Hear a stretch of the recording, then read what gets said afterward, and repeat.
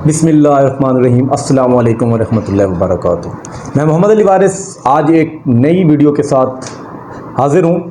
आज की वीडियो का जो मेरा मतन है वो हम डेवलपमेंट चार्जेस इंक्रीज़ होने जा रहे हैं, थोड़ा उस हवाले से डिस्कस करेंगे, या सितंबर से ऑनवर्ड ऑल डेवलपमेंट चार्जेस के साथ आपका प्लॉट आप ट्रेड कर पाएंगे, या अगर हम तीसरी साइड पे देखें प्लॉट कैंसिलेशन होगी तो वो किस क्राइटेरिया के तहत होगी, कौन से सेक्टर्स या कौन सी किस्म के प्लॉट्स उसकी जद में आएंगे, या कुछ अवेलेबल प्लॉट्स मैं आपके साथ डिस्कस करूंगा। और वेरी फर्स्ट टाइम कुछ प्लॉट्स जब मुझे रिक्वायर्ड हैं और वो मेरे पास इस वक्त अवेलेबल नहीं हैं उन क्लाइंट्स के लिए, तो थोड़ा वो आपसे मैं डिस्कस करूंगा। अगर आप में से कोई सेल करने का इरादा रखता है तो चलें वो मैं आपसे पूछ लूँगा। तो सबसे पहले हम डेवलपमेंट चार्जेस के हवाले से देखते हैं कि DHA मुल्तान की डेवलपमेंट चार्जेस रूटीन चल क्या रही है। थोड़ा सा मैं पहले आपको बताता हूं कि रूटीन क्या है। DHA मुल्तान 5 मरला के अगेंस्ट 9 लाख रुपए डेवलपमेंट चार्जेस की मद में ले रहा है। आप 8 मरला प्लॉट के अगेंस्ट 11 लाख डेवलपमेंट चार्जेस अदा कर रहे हैं। 10 मरला रेजिडेंशियल प्लॉट के अगेंस्ट आप 13 लाख डेवलपमेंट चार्जेस अदा कर रहे हैं। 1 कनाल के अगेंस्ट आप अदा कर रहे हैं 21 लाख और 2 कनाल के अगेंस्ट आप अदा कर रहे हैं 36 लाख। इसी तरीके से अगर हम कमर्शियल की बात करें तो आप कमर्शियल जो 4 मरला है उसके 21 लाख और 8 मरला कमर्शियल के आप 36 लाख डेवलपमेंट चार्जेस अदा कर रहे हैं, और 2 मरला कमर्शियल पे कोई डेवलपमेंट चार्जेस नहीं लागू होंगे। ये थी अब तक की प्रैक्टिस जो DHA मुल्तान करता आ रहा है। इसमें सिर्फ जो ड्यूरेशन था वो कम या ज़्यादा किया गया था, बाकी ओवरऑल यही डेवलपमेंट चार्जेस थे। अब सबसे पहले डेवलपमेंट चार्जेस का हम देखते हैं कि हमारे पड़ोस में बहावलपुर के अंदर जो DHA मौजूद है उसके डेवलपमेंट चार्जेस भी DHA मुल्तान से ज़्यादा हैं। गो कि अगर हम डेवलपमेंट को कंपैरिजन करें, डेवलपमेंट को कंपेयर करें तो DHA मुल्तान की जो डेवलपमेंट है वो DHA बहावलपुर से कहीं ज़्यादा है, लेकिन फिर भी कम डेवलपमेंट चार्जेस यहाँ DHA मुल्तान में इम्प्लीमेंट हो रहे थे। और बाकी DHAs की अगर हम बात करते हैं तो वहाँ के डेवलपमेंट चार्जेस यहाँ से कहीं ज़्यादा है। तो ओवरऑल बात यह है कि DHA मुल्तान आपको इस वक्त तक कम डेवलपमेंट चार्जेस चार्ज कर रहा है जो इस वक्त तक इम्प्लीमेंटेड है। लेकिन अभी सुनने में आ रहा है, कुछ ज़राए से कहें या कुछ लोगों से कहें, पता चला है कि 9 मरला जो आप पहले 5 मरला के आप 9 लाख अदा कर रहे थे वो 11 लाख पे जाने वाला है। इसी तरीके से 1 कनाल का आप 21 लाख अदा कर रहे थे तो वो 29 या 30 लाख डेवलपमेंट चार्जेस होने जा रहे हैं। एक तो ये इंक्रीज़ हमें देखने को मिल सकता है।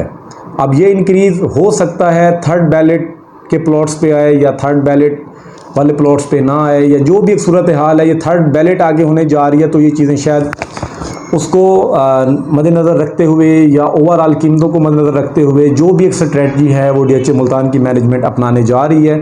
लेकिन अभी ये चीज़ कंफर्म नहीं हुई, वो हमें with the passage of time इस हवाले से पता चलेगा कि क्या चीज़ें होने जा रही हैं। अच्छा, अब दूसरी तरफ हम देखते हैं कि ऑल डेवलपमेंट चार्जेस की जो पॉलिसी थी वो DHA मुल्तान ने अनाउंस कर दी थी।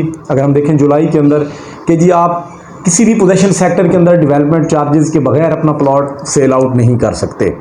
आपको NDC तब क्लियर करके दी जाएगी जब आपके डेवलपमेंट चार्जेस पूरे पे हो चुके होंगे। तो अब इसमें कौन से सेक्टर्स थे, जाहिर सी बात है पोजेशन सेक्टर्स की मैं बात कर रहा हूँ, या जो नियर टू पोजेशन थे जिसमें आपका सेक्टर T भी आ रहा था, सेक्टर G और सेक्टर X भी आ रहे थे, क्योंकि इनको पोजेशन दी जाने वाली थी। लेकिन इस चीज़ को मौखर कर दिया गया और ये कहा गया कि 1 सितंबर से आप कोई भी ट्रांजैक्शन करेंगे तो आपको पहले डेवलपमेंट चार्जेस पूरे अदा करने होंगे, उसके बाद आपको NDC क्लियर करके दी जाएगी। तो ये पॉलिसी 1 सितंबर से लागू हो चुकी है।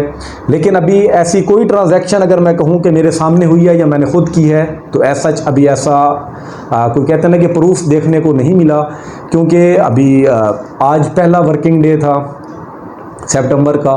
तो आज से ऑनवर्ड हम इस रूटीन को देखेंगे कि जी क्या रूटीन होने जा रही है। लेकिन उम्मीद यही है कि ये चीज़ लागू हो चुकी होगी, क्योंकि 1 महीने का पहले टाइम दिया गया था। तो इसका क्या इम्पैक्ट पड़ सकता है, थोड़ा सा इस चीज़ को हम देखें ऑल डेवलपमेंट चार्जेस का, कि इसमें जो आर्मी अलॉटी प्लॉट हुआ करते थे उनके डेवलपमेंट चार्जेस जाहिर सी बात है वो कम होते थे। कम से मुराद जो इस वक्त तक ट्रांसफ़र की डेट तक जो होते थे वो कम पे किए हुए होते थे उन्होंने, क्योंकि जो सिविल प्लॉट होता था किसी भी सिविल पर्सन के नाम पे या किसी ने जो ख़रीदा हुआ है, ख्वाह वो आर्मी पर्सन ही क्यों नहीं है, तो उन्होंने डेवलपमेंट चार्जेस की जो 12 या 8 इंस्टॉलमेंट पे करनी होती थी।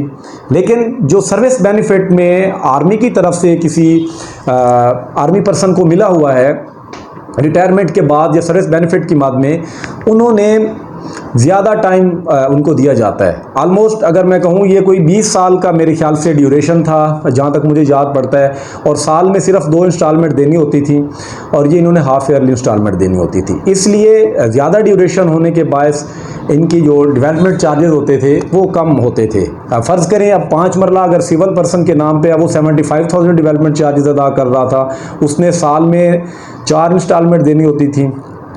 अब 4 इंस्टॉलमेंट पे जाहिर सी बात है आपके सामने वो 3 लाख बन रहा है। अब दूसरी तरफ अगर हम देखें जो आर्मी पर्सन है वो 22,500 आई थिंक या 27,000 समथिंग है।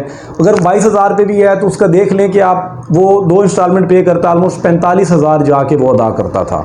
तो ये था आर्मी का। इस वजह से जो लोग बाय करना चाह रहे होते थे वो कोशिश होती थी कम डेवलपमेंट चार्जेस वाला प्लॉट परचेज़ किया जाए या रजिस्ट्री का प्लॉट परचेज़ किया जाए, क्योंकि उस पर जी हमारी जो जेब पे है वो बर्डन बहुत कम पड़ता है। तो ये प्रैक्टिस थी और इसी वजह से अगर हम कहें कि जो सर्विस बेनिफिट के प्लॉट होते थे उनको लाख, 1.5 लाख या 50,000 अगर मैं कहूँ कि वो ज़्यादा कीमत अदा कर रहे होते थे और जो सिविल प्लॉट था उसको कीमत कम मिल रही होती थी। अब एटलीस्ट ये नहीं होगा कि जी वो सिविल है वो आर्मी है, तो अब मेरे ख्याल से वो सब एक ही तराजू में होंगे, जो भी कीमत मिलेगी दोनों को एक जैसी कीमत मिलेगी। तो इसमें जाहिर सी बात है ये थोड़ा सा आपको नेगेटिव भी लगेगा, लेकिन मैं इस चीज़ को पॉजिटिव ले रहा हूँ कि जी फ्यूचर में जो ये सिविल और आर्मी वाली पेचीदगी थी, इस पेचीदगी में जाहिर सी बात है किसी को कम या ज़्यादा कीमत का वो नहीं मिलेगा। कीमत मिलेगी तो दोनों प्लॉट्स जिस भी नौइयत के होंगे उनकी लोकेशन के देखते हुए लोकेशन के पेश नज़र उनको कीमत अदा की जाएगी। और इसका जाहिर सी बात है अभी वक्ती तौर पे हमें ये लगेगा कि जी ये चीज़ें अच्छी नहीं हो रही, तो फ्यूचर में जाहिर सी बात है एक वक्त आएगा आप इस चीज़ की खुद वो तायद भी करेंगे कि हाँ जी ये चीज़ अच्छी हुई है। और दूसरी तरफ जो मैंने डेवलपमेंट चार्जेस में इंक्रीज़ की बात की है उसमें वक्ती तौर पे जाहिर सी बात है मार्केट नीचे आएगी।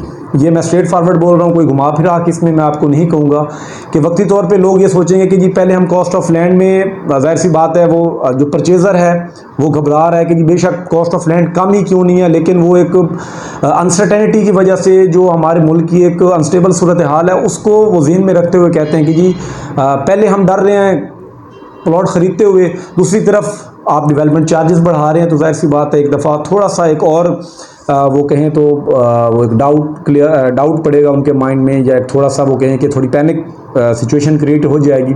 तो ये इस हवाले से अभी मैं ये नहीं कह सकता कि इसका पॉजिटिव इम्पैक्ट है नेगेटिव इम्पैक्ट है। जाहिर सी बात है अभी तक तो हमें इसका वो थोड़ा सा रिवर्ट इसका इम्पैक्ट देखने को मिलेगा। चीज़ें थोड़ा सा वो मार्केट में मज़ीद गड़बड़ या एक वो सूरत हाल अजीब सी वो पैदा हो जाएगी। अब दूसरी तरफ थोड़ा सा अवेलेबल प्लॉट्स के हवाले से मैं डिस्कस कर लेता हूं, या कुछ चीज़ें मुझे रिक्वायर्ड हैं वो भी मैं आपसे डिस्कस करता हूं। अवेलेबल प्लॉट जाहिर सी बात है तकरीबन जितने भी सेक्टर हैं हर सेक्टर के अंदर कोई ना कोई प्लॉट आया हुआ होता है सेल होने के लिए, लेकिन उसमें ये होता है कि कुछ चीज़ें ऐसी होती हैं जो आजकल की मार्केट है सेलर इस मार्केट के मुताबिक सेल करने का इरादा रखता है, और कुछ दोस्त ऐसे होते हैं कि वो कहते हैं कि कोई बात नहीं हम वेट करेंगे जब फ्यूचर में हमारे इस रेट के मुताबिक चीज़ें आ जाएंगी तब हम इसको सेल करेंगे। तो अभी कुछ प्लॉट्स मेरे पास सेक्टर एम में हैं 1-2 प्लॉट्स, सेक्टर क्यू में 2 प्लॉट्स हैं।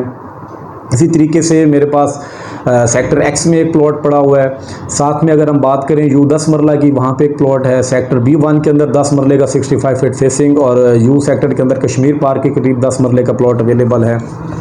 W2 में ऑप्शन अवेलेबल है, सेक्टर T में ऑप्शन अवेलेबल है, सेक्टर V में अवेलेबल है। तो ये जो इन सेक्टर्स का मैं हवाला दे रहा हूँ जो आज कल की कीमत में सेल करने का इरादा रखते हैं, तो ये अवेलेबल प्लॉट्स कहने का मतलब ये था कि कुछ लोग ऐसे हैं जिन्होंने पहले ज़्यादा प्लॉट बाय किए हुए थे, उस वक़्त इन्होंने प्रॉफिट में अपनी चीज़ें निकाली, लेकिन कुछ चीज़ें ऐसी रह गई कि जी हम अपनी लोकेशन को चेंज करना चाह रहे हैं। अब ये जितने मैंने आपको प्लॉट्स बताए हैं इसमें 80% लोग ऐसे हैं जो पहले वाले प्लॉट्स को डिस्पोज ऑफ करके मज़ीद किसी और सेक्टर के अंदर वो स्विच करना चाह रहे हैं या किसी और कैटेगरी की तरफ मूव करना चाह रहे हैं। तो उनका सेल करने का जो मकसद है वो ये है, ना कि वो पैनिक होके जा रहे हैं, वो मज़ीद इन्वेस्टमेंट को एक जगह से दूसरी जगह इसी DH मुल्तान के अंदर वो शिफ्ट करना चाह रहे हैं, स्विच करना चाह रहे हैं।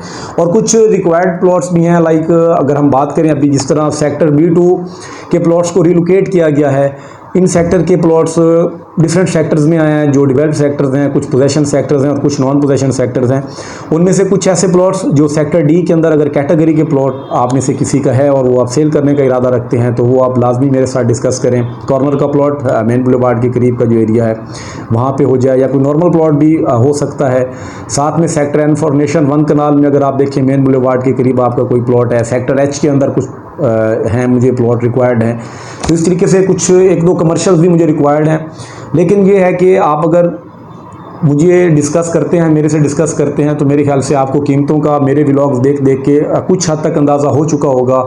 या आप मार्केट में मुख्तलिफ लोगों से आप वो डिस्कस कर रहे होते हैं, मार्केट विजिट कर रहे होते हैं, व्हाट्सएप ग्रुप्स के अंदर लोग जाहिर सी बात है वो मौजूद होते हैं, वो देख रहे होते हैं चीज़ों को। तो आप अगर आज की मार्केट में सेल करने का इरादा रखते हैं तो इंशाल्लाह मैं कोशिश करूंगा कि उसमें जितना आपको अच्छा रेट मिल सके वो आपको दिलवाने की कोशिश करूंगा। लेकिन ये है कि जो लोग सीरियसली वो सेल करने का इरादा रखते हैं, मेरी उनसे गुजारिश है कि जस्ट वही लोग डिस्कस करें। बाकी ये है कि मेरे पास वो चीज़ें आपकी आ जाती हैं, मैं अपने पास वो नोट करके रख लेता हूँ और मैंने अपनी वो डायरी बना के रखी हुई है ताकि फ्यूचर में ये है कि आप लोगों के साथ इंशाल्लाह वो राब्ते में भी रहूं और चीज़ें वो डिस्कस भी करता रहूं। अब जो कीमतें हैं वो भी आपके सामने हैं। थर्ड बैलेट का जो है आपने सुना था कि अक्टूबर के फर्स्ट वीक में होने जा रही है, क्योंकि पहले सितंबर में होनी थी। लेकिन जो हमारे प्रोजेक्ट डायरेक्टर हैं उन्होंने वाज़ेह अल्फाज में कहा था कि अगर फाइल्स की जो कीमत है वो कुछ स्टेबल होती है देन हम थर्ड बैलेट अक्टूबर के फर्स्ट वीक में कर देंगे, अदरवाइज़ शायद हम वेट करेंगे, क्योंकि उन्होंने ये बात करते हुए कुछ कंडीशनल का लफ्ज़ इस्तेमाल किया था। अब आ जाते हैं हम तीसरी चीज़ कि प्लॉट कैंसलेशन के हवाले से। जी प्लॉट कौन से कैंसिल होने जा रहे हैं, क्या पॉलिसी DHA मुल्तान अपना रहा है। DHA मुल्तान काफ़ी टाइम से उन दोस्तों को लेटर भी भेज रहा है, उन क्लाइंट्स को लेटर भी भेज रहा है कि जी आप अपने डेवलपमेंट चार्जेस अदा करें, मैसेज भी भेज रहा है और ईमेल भी कर रहा है। तो इसमें अब DHA मुल्तान ने वाज़ेह तौर पे ये पॉलिसी डिस्कस की आप लोगों के साथ कि जो पोजेशन सेक्टर के प्लॉट्स हैं किसी भी सेक्टर के अंदर और आपने डेवलपमेंट चार्जेस अदा नहीं किए हुए, ख़ा वो आपने सिर्फ एक इंस्टॉलमेंट डेवलपमेंट चार्जेस की पे कर रखी है या 2 कर रखी हैं, मतलब मोस्टली आपने पे नहीं कर रखी, तो DHA मुल्तान ने उसमें यही कहा है कि जी आपके लोकेशन को बदल दिया जाएगा लाइक नॉन डेवलप्ड सेक्टर के अंदर, नॉन पोजेशन सेक्टर्स के अंदर। और बाकायदा 2 सेक्टर्स का मुझे याद पड़ता है नाम दिया था प्रोजेक्ट डायरेक्टर साहब ने कि W1 W2 में रिलोकेट कर दिया जाएगा। ये पोजेशन सेक्टर्स वाले जो प्लॉट्स हैं जिन्होंने डेवलपमेंट चार्जेस अदा नहीं किए, ये उनके लिए कहा गया है। और दूसरी तरफ कुछ ऐसे प्लॉट्स जो इंस्टॉलमेंट की मद में हैं, लाइक कॉस्ट ऑफ लैंड की मैं बात कर रहा हूँ। डेवलपमेंट चार्जेस की इंस्टॉलमेंट एक अलहदा मामला है और कॉस्ट ऑफ लैंड की इंस्टॉलमेंट एक अलहदा मामला है। जिस तरह आप कराची एक्सपो आपने देखा होगा, पेशावर एक्सपो आपने देखा होगा, कोयटा एक्सपो आपने देखा, तो इन एक्सपो के जो प्लॉट्स हैं जाहिर सी बात है वो आपने कॉस्ट ऑफ लैंड इंस्टॉलमेंट में पे करनी थी और आपने डाउन पेमेंट पे की हुई थी। अब डाउन पेमेंट के बाद कुछ लोग रुक गए कि जी बाकी इंस्टॉलमेंट हम अदा नहीं करते या एक आध की, और फिर वो किसी ना किसी वजह से वो रुक गए। तो DHA मुल्तान उन लोगों से भी मुखातिब है कि आप अपने प्लॉट के अगेंस्ट जो अमाउंट आपकी ड्यू हो चुकी है आप उसको पे करें। 15 सितंबर तक का टाइम दिया गया है कि आप अपने वाजबात अदा करें, अदरवाइज़ आपका लोकेशन बैलेट टोटली कैंसिल कर दिया जाएगा, उसमें प्लॉट रिलोकेट नहीं किया जाएगा किसी और सेक्टर में, जस्ट स्ट्रेट फॉरवर्ड आपका प्लॉट कैंसिल किया जाएगा और आपकी अमाउंट डिडक्शन के बाद आपको जो आपकी अमाउंट बनती है वो आपको पे ऑर्डर या कैश जो भी है वो आपके साथ उस तरीके से वो आपको अदायगी कर दी जाएगी। तो देखिए जी अगर आपने प्लॉट रखना है तो आप अदा करें। अब इंस्टॉलमेंट पे जो प्लॉट से मेरे ख्याल से ज़्यादा लोग वो हेजिटेट हो रहे होंगे।